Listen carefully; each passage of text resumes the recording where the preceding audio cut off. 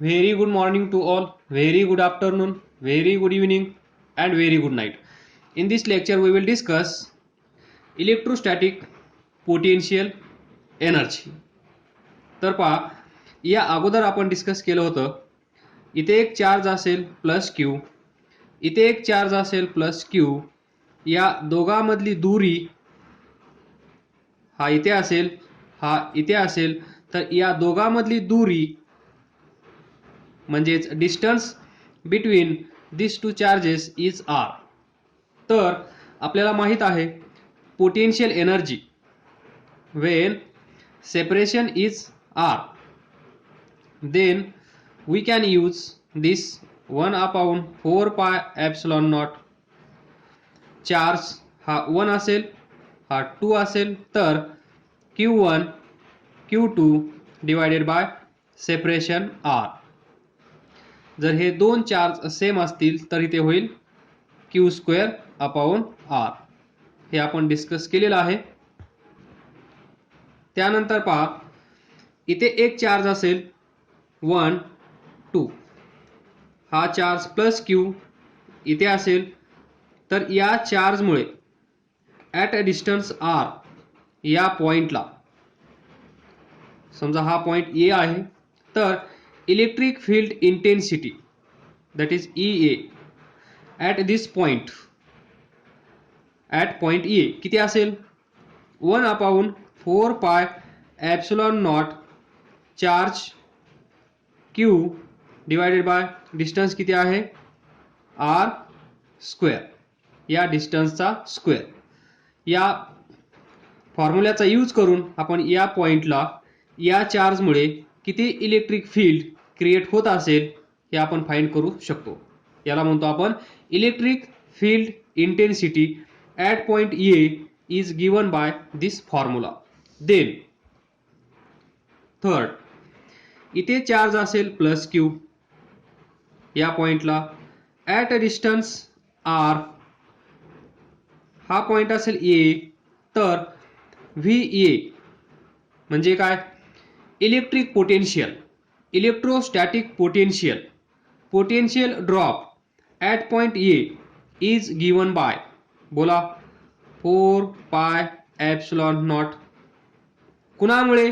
या चार्जमुळे plus Q divided by हे डिस्टन्स किती आहे? आर. इथे आरचा स्क्वेअर नसेल. इथे पहा, ज्यावेळेस तुम्ही इलेक्ट्रिक फील्ड इंटेन्सिटी फाइंड कराल त्यावेळेस या डिस्टन्सचा इथे स्क्वेअर आहे. ज्यावेळेस तुम्ही इलेक्ट्रिक पोटेन्शियल फाइंड कराल त्यावेळेस इथे स्क्वेअर नाहीये. या दोन फॉर्म्युल्यामध्ये एवढाच डिफरन्स आहे. तर या दोन फॉर्म्युल्यापासून तुम्ही असं रिलेशन फाइंड करू शकता. तर पहा, EA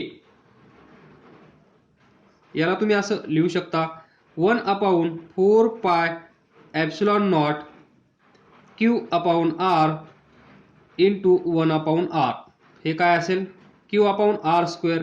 याला ब्रॅकेटमध्ये ठेवा. तर या ब्रॅकेटमधली क्वांटिटी पहा आणि इथे पहा 1/4 epsilon not plus Q divided by R हेच आहे. तर हे इज इक्वल टू VA आहे.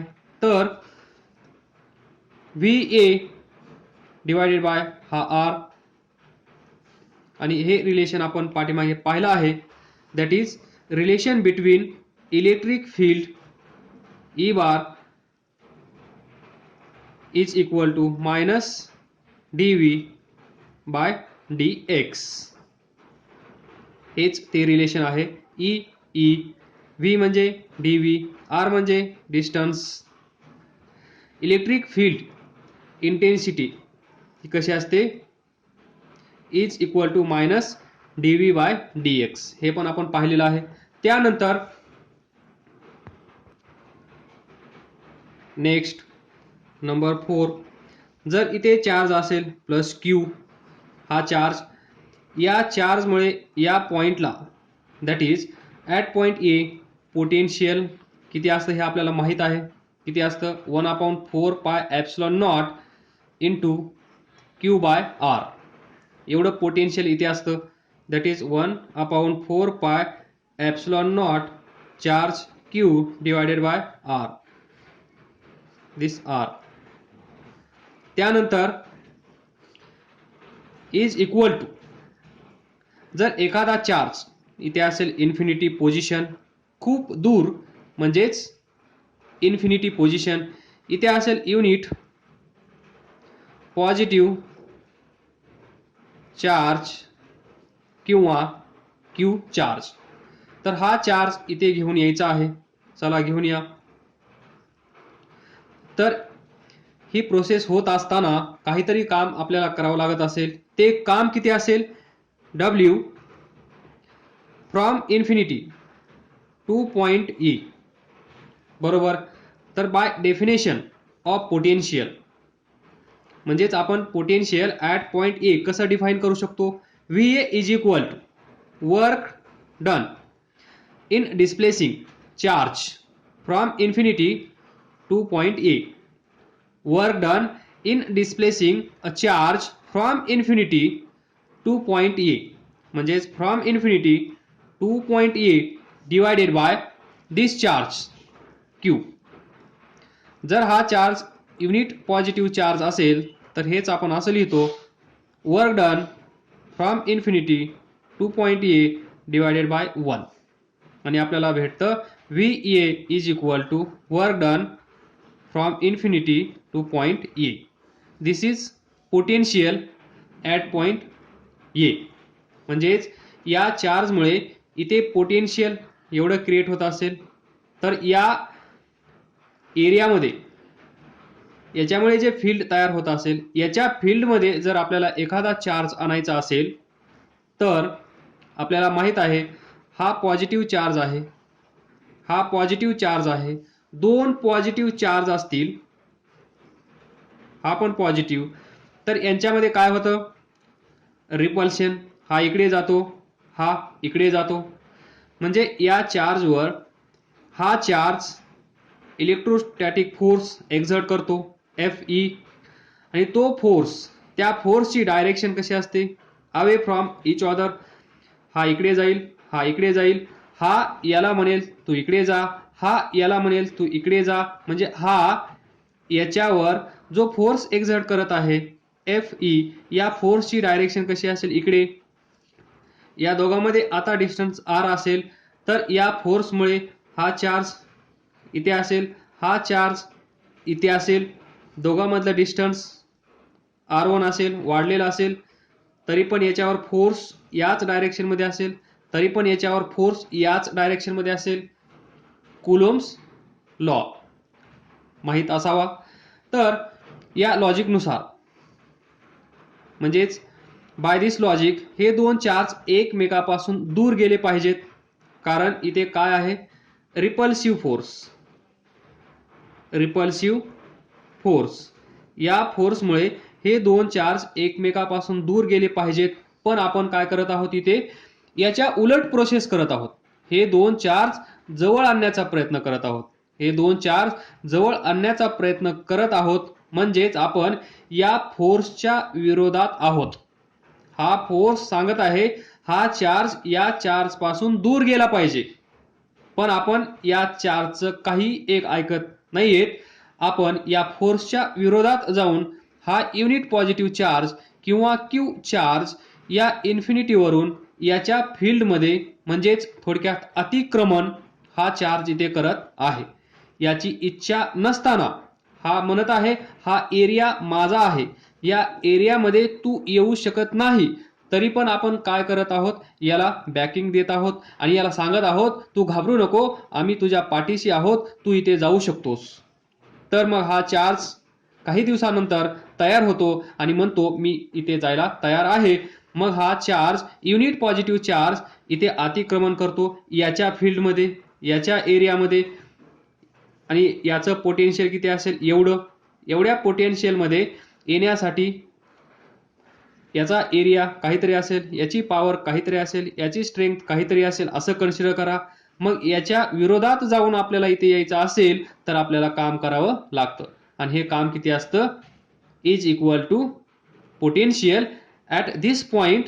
जर हा चार्ज युनिट पॉझिटिव्ह चार्ज असेल तर, जर हा युनिट पॉझिटिव्ह चार्ज नसेल तर आपण मग या मेथडनी जातो. जर युनिट पॉझिटिव्ह चार्ज असेल तर हे आणि युनिट पॉझिटिव्ह चार्ज नसेल तर हे. म्हणजेच total potential at this point इथे येण्यासाठी, असं समजा तुम्ही लक्षात ठेवण्यासाठी, इथे येण्यासाठी तुम्हाला एवढं काम करावं लागत असेल एवढा चार्ज घेऊन येण्यासाठी. आलं लक्षात? त्यालाच आपण म्हणतो पोटेन्शियल ॲट दिस पॉइंट.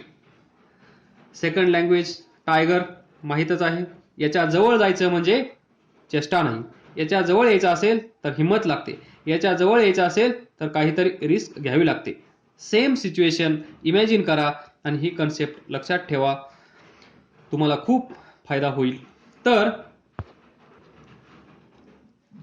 जेव्हा हे दोन चार्ज एकमेकांच्या जवळ येतात किंवा एकमेकापासून दूर जातात, दोन केस आहेत आपल्याकडे. पहिली केस हा पॉझिटिव्ह, हा पॉझिटिव्ह. सेकंड केस असेल हा पॉझिटिव्ह, हा निगेटिव्ह. तर या केसमध्ये काय आहे? रिपल्सिव्ह फोर्स म्हणजेच डिस्टन्स दोघांमधलं वाढणार, बरोबर. आणि मी सांगितलं होतं पहिल्या किंवा दुसऱ्या लेक्चरमध्ये, याच्यावर जो फोर्स एक्झर्ट होत आहे या फोर्सच्या डायरेक्शनमध्ये जर हा चार्ज गेला, म्हणजे हा फोर्स काय करत आहे, या चार्जला सांगत आहे तू इकडे जा. जर हा चार्ज इकडे गेला तर या सिस्टमची, याला आपण सिस्टम म्हणतो या टॉपिकमध्ये, सिस्टम ऑफ टू चार्ज. 3 असतील तर सिस्टम ऑफ 3 चार्ज. तर यानं सांगितलं याला इकडे जायला, तो चार्ज इकडे गेला, म्हणजेच या फोर्सचं या चार्जने ऐकलं. जर हा चार्ज या फोर्सचं ऐकत असेल तर तिथे पोटेन्शियल एनर्जी या सिस्टमची काय होत असेल तर पहा, पाहून सांगा. 1/4 pi epsilon naught Q1 Q2 divided by distance between this two charge. याला 1 म्हणा, याला 2 म्हणा, Q1 Q2. तर पहा, बाय दिस फॉर्म्युला या दोघांमधलं डिस्टन्स वाढत आहे, बरोबर.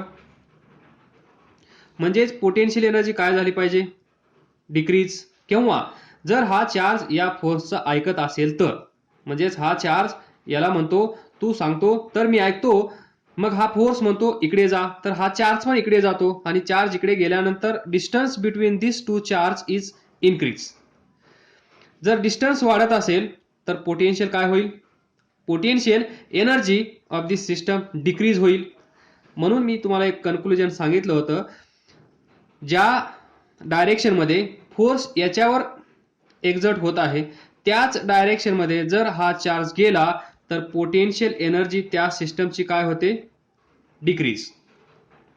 आलं लक्षात?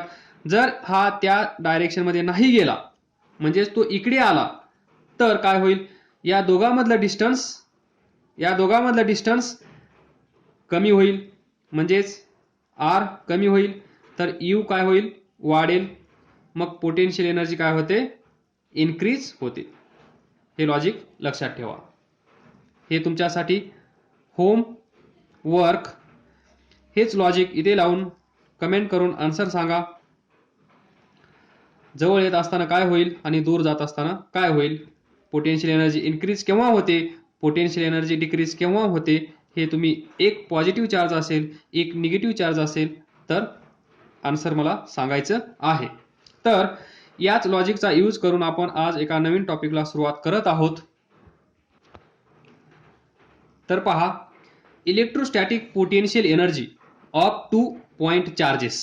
म्हणजेच काय, इथे एक चार्ज असेल प्लस Q, इथे एक चार्ज असेल प्लस Q, यालाच आपण काय म्हणतो, 2 point charges, a system of 2 charges. तर हा Q1 असेल, हा Q2 असेल, तर आपल्याला माहित आहे इलेक्ट्रोस्टॅटिक पोटेन्शियल एनर्जी जर या दोघांमधलं सेपरेशन R असेल तर, म्हणजेच या दोघांमधलं डिस्टन्स R असेल तर इलेक्ट्रोस्टॅटिक पोटेन्शियल एनर्जी किती असते हे आपण डिराईव्ह पण केलं आहे. हा फॉर्म्युला तुम्हाला पाठ पण झाला असेल, 4 पाय एप्सिलॉन नॉट हे दोन charge Q1 Q2 divided bye separation R. तर हा formula by the definition of potential कसा येतो हे आपण पाहणार. याचं डेरिवेशन आपण पाहिलेलं आहे. हा फॉर्म्युला तुम्हाला माहित आहे, पण थोडंसं वेगळ्या पद्धतीने. Electrostatic potential energy of 2 point charges.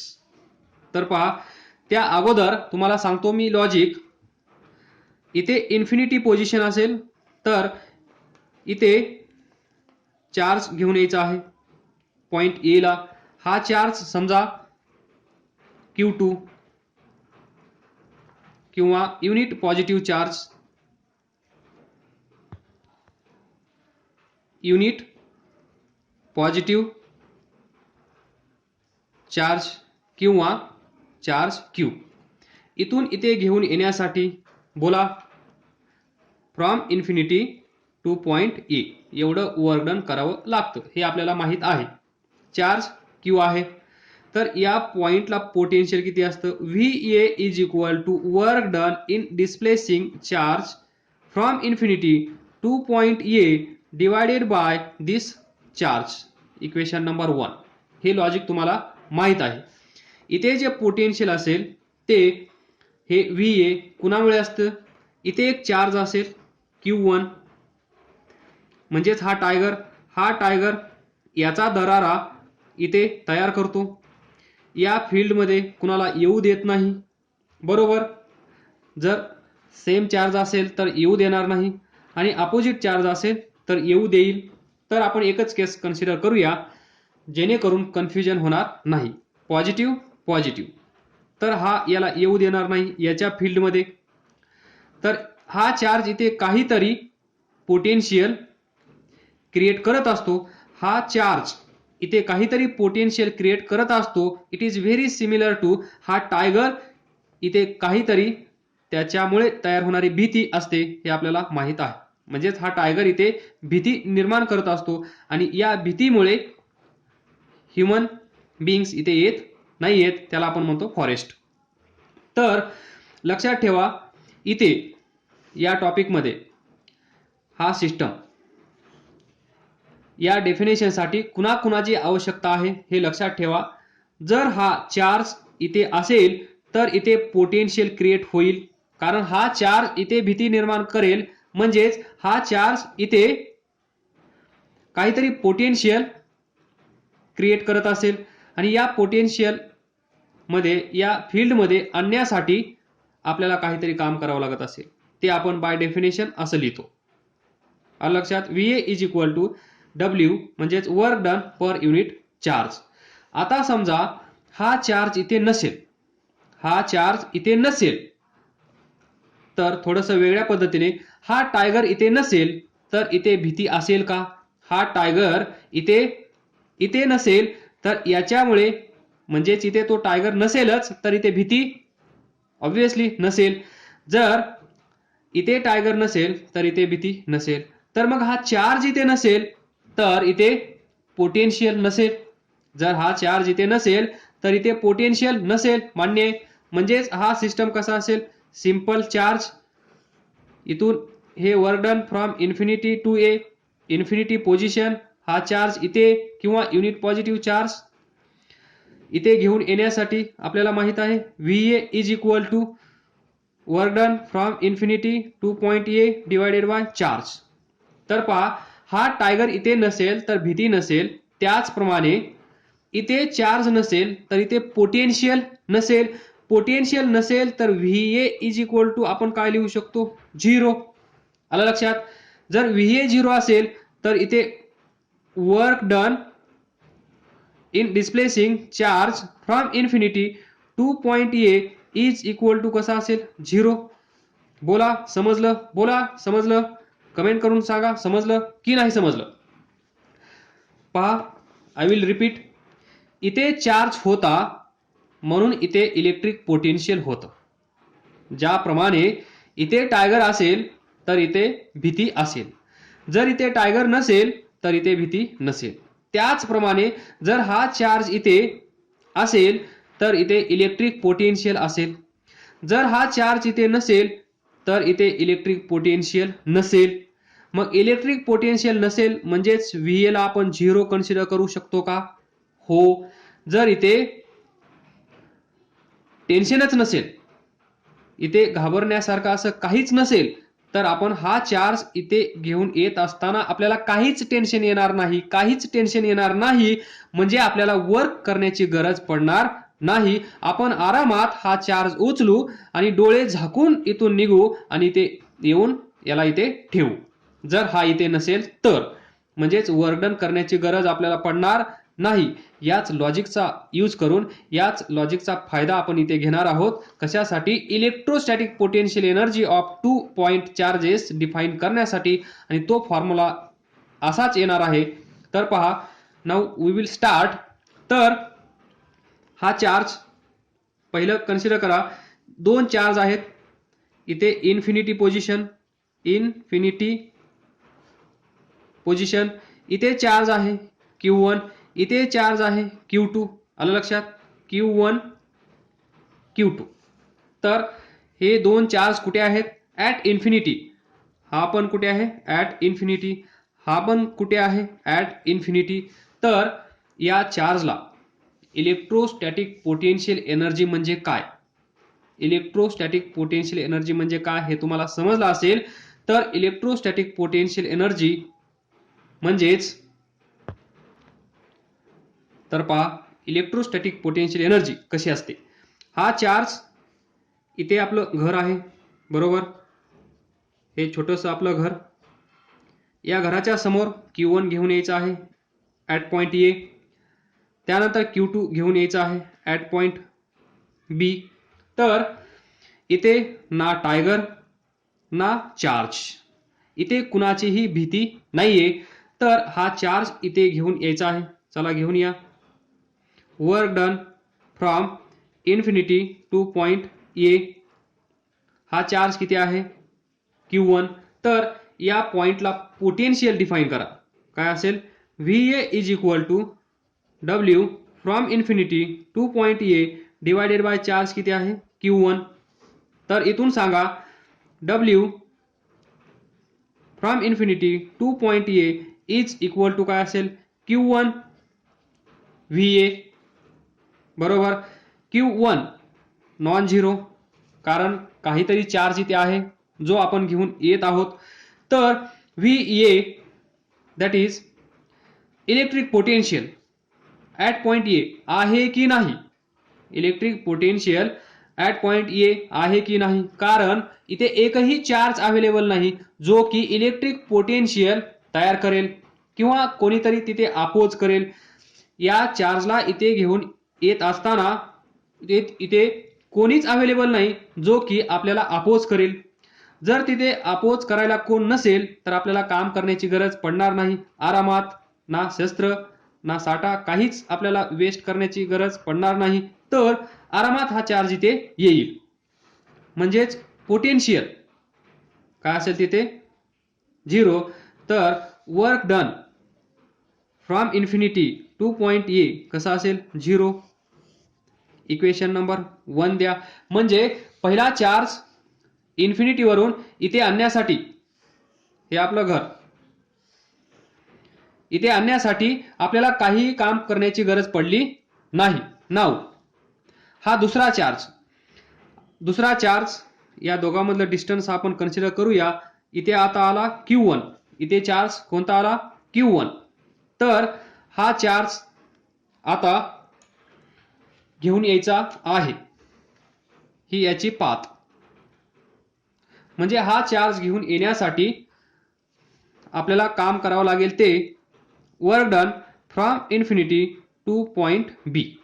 एवढं काम करावं लागेल Q2 आणण्यासाठी. पण इथे आल्यानंतर असं दिसून आलं की एक टायगर इथे अवेलेबल होता. हा टायगर इथे अवेलेबल आहे. मग हा टायगर इथे काय करेल? पोटेन्शियल क्रिएट करेल, म्हणजेच भीती निर्माण करेल. आणि ती भीती किती असेल? VA इज इक्वल टू किती असेल? VA. म्हणजे याचं पोटेन्शियल, या चार्जमुळे इथे पोटेन्शियल तयार होईल, त्याला आपण म्हणू VB. पण हे कुणामुळे असेल किंवा असं लिहितो, तुमच्या लक्षात राहील, पोटेन्शियल ड्यू टू Q1. आलं लक्षात? Q1 म्हणजे या चार्जमुळे इथे काहीतरी पोटेन्शियल क्रिएट होईल, कारण हा चार्ज ज्यावेळेस आपण घेऊन आलो त्यावेळेस इथे कोणीही अवेलेबल नव्हतं, त्यामुळे इलेक्ट्रिक पोटेन्शियल नव्हतं, म्हणून वर्क डन 0 आलं. पण या केसमध्ये वर्क डन 0 येणार नाही. या चार्जला आपण उचलला, घेऊन आलो, इथे आल्यानंतर पाहिलं तर हा इथे आपल्या अगोदरच येऊन बसला होता, म्हणजे याने इथे आपल्या अगोदरच अतिक्रमण केलेलं आहे. आणि आता आपण याला घाबरत आहोत, म्हणजेच याच्यामुळे इथे पोटेन्शियल क्रिएट झाला आहे. ते पोटेन्शियल असेल VQ1.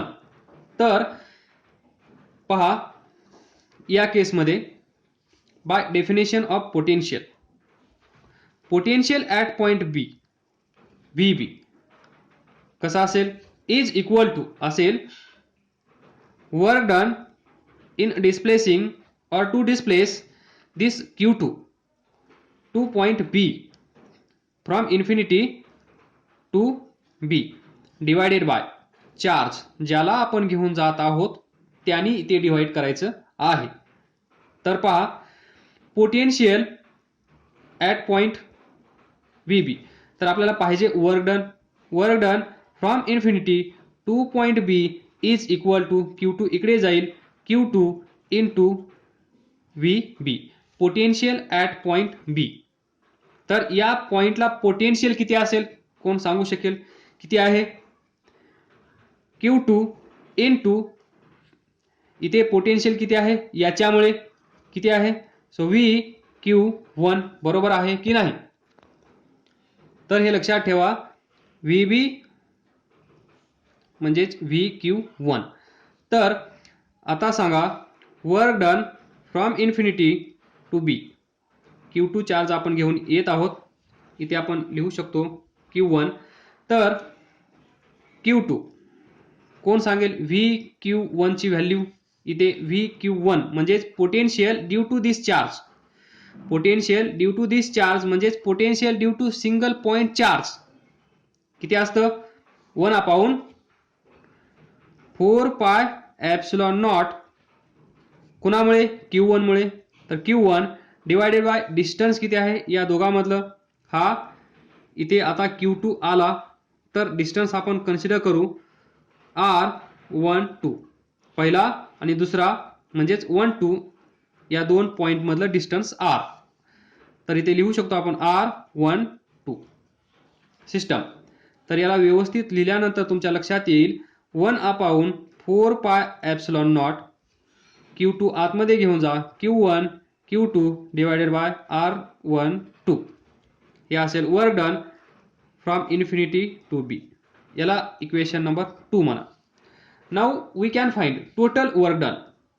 Total work done, total work done म्हणजे हा चार्ज घेऊन येण्यासाठी लागणारं काम प्लस हा चार्ज घेऊन येण्यासाठी लागणारं काम. तर याच्यासाठी एवढं काम लागलं आहे. Total work done WT is equal to work done from infinity to A plus work done from infinity to B, म्हणजे हा असेल work done for Q1, work done for Q2. तर वर्क डन फॉर Q1 किती आहे 0 plus work done for Q2 किती आहे 1/4πε0 Q1 Q2 divided by R12. तर हे टोटल किती येईल? टोटल मी इकडे करतो. Total work done is equal to 1/4πε0 Q1 Q2 divided by R12. तर पहा, हा तोच फॉर्म्युला आला आहे की नाही? इथे एक चार्ज Q1 असेल, इथे एक चार्ज Q2 असेल, हा एक पॉइंट, हा एक पॉइंट. तर या दोघांची पोटेन्शियल एनर्जी किती असते ते पहा. पोटेन्शियल एनर्जी त्या दोघांची किती असते हे आपण अगोदरच लिहून ठेवलं होतं. किती आहे 1/4πε0 Q1 Q2 upon R. R म्हणजे काय? दोघांमधलं डिस्टन्स 1 आहे 2 आहे, तर इथे आपण तिथे काय केलं आहे 1 2, बाकी काहीच चेंज केला नाही. तर पोटेन्शियल एनर्जी या सिस्टमची आपल्याला अगोदरच माहित होती. आता आपण फाइंड काय केलं आहे, हा चार्ज Q1 आहे, इथे आहे Q2, हे दोन पॉइंट्स, या दोघांमधलं डिस्टन्स R12. आपल्याला काय भेटलं आहे वर्क डन 1/4 4 पाय epsilon naught Q1 Q2 divided by R12 एवढं वर्क डन लागतं आपल्याला. कशासाठी? इथे इन्फिनिटी पोझिशन असेल, Q1 आपण इथून इथे आणला, Q2 इथे असेल, तो इथे आणला, हे दोन्ही पण इन्फिनिटीला आहेत. याला आणण्यासाठी WQ1 वर्क, याला आणण्यासाठी WQ2 वर्क, या दोघांची आपण सम केली. या दोघांची सम केल्यानंतर आपल्याला हा फॉर्म्युला भेटला. म्हणजेच इथे आल्यानंतर हे जे वर्क डन आहे, हे जे वर्क डन आहे, हे वर्क डन कशाच्या स्वरूपात सेव्ह होतं? तर पहा, हे दोन्ही इक्वेशन ऑब्झर्व करा. स्टार स्टार, राईट साइड पहा सेम आहे की नाही, लेफ्ट साइड सेम असली पाहिजे की नाही. तर इथून आपण असं लिहू शकतो WT is equal to UR12 बरोबर. आणि हीच आहे डेफिनेशन इलेक्ट्रोस्टॅटिक पोटेन्शियल एनर्जीची, जी की म्हणजेच थोडंसं नंतर सांगतो. इथे काय झालं आहे, हे जे वर्क डन आहे, वर्क डन स्टोर्ड किंवा सेव्ह झाला आहे कशाच्या स्वरूपात? पोटेन्शियल एनर्जीच्या. म्हणजेच वर्क डन, हे जे वर्क डन झालं आहे, हे work done get stored in the form of potential energy of two charges. हा एक चार्ज Q1, हा एक चार्ज Q2, या दोघांची पोटेन्शियल एनर्जी, या दोघांमधला डिस्टन्स R12 असेल तेव्हा काहीतरी असेल. म्हणजे इथे जे काम आपण केलं आहे ते काम WT कुठे गेलं आहे? पोटेन्शियल एनर्जीच्या स्वरूपात स्टोअर झाला आहे. म्हणून आपण याला म्हणू शकतो this is work done and this is potential energy. Finally we can say that total work done is stored in the form of potential energy, electrostatic potential energy. मग आपण कसं डिफाइन करू शकतो? म्हणजेच total amount of work done कशासाठी? In bringing charges from infinity. येते का लक्षात? Total amount of work done in bringing charges from infinity कशासाठी आणले आहेत? To assemble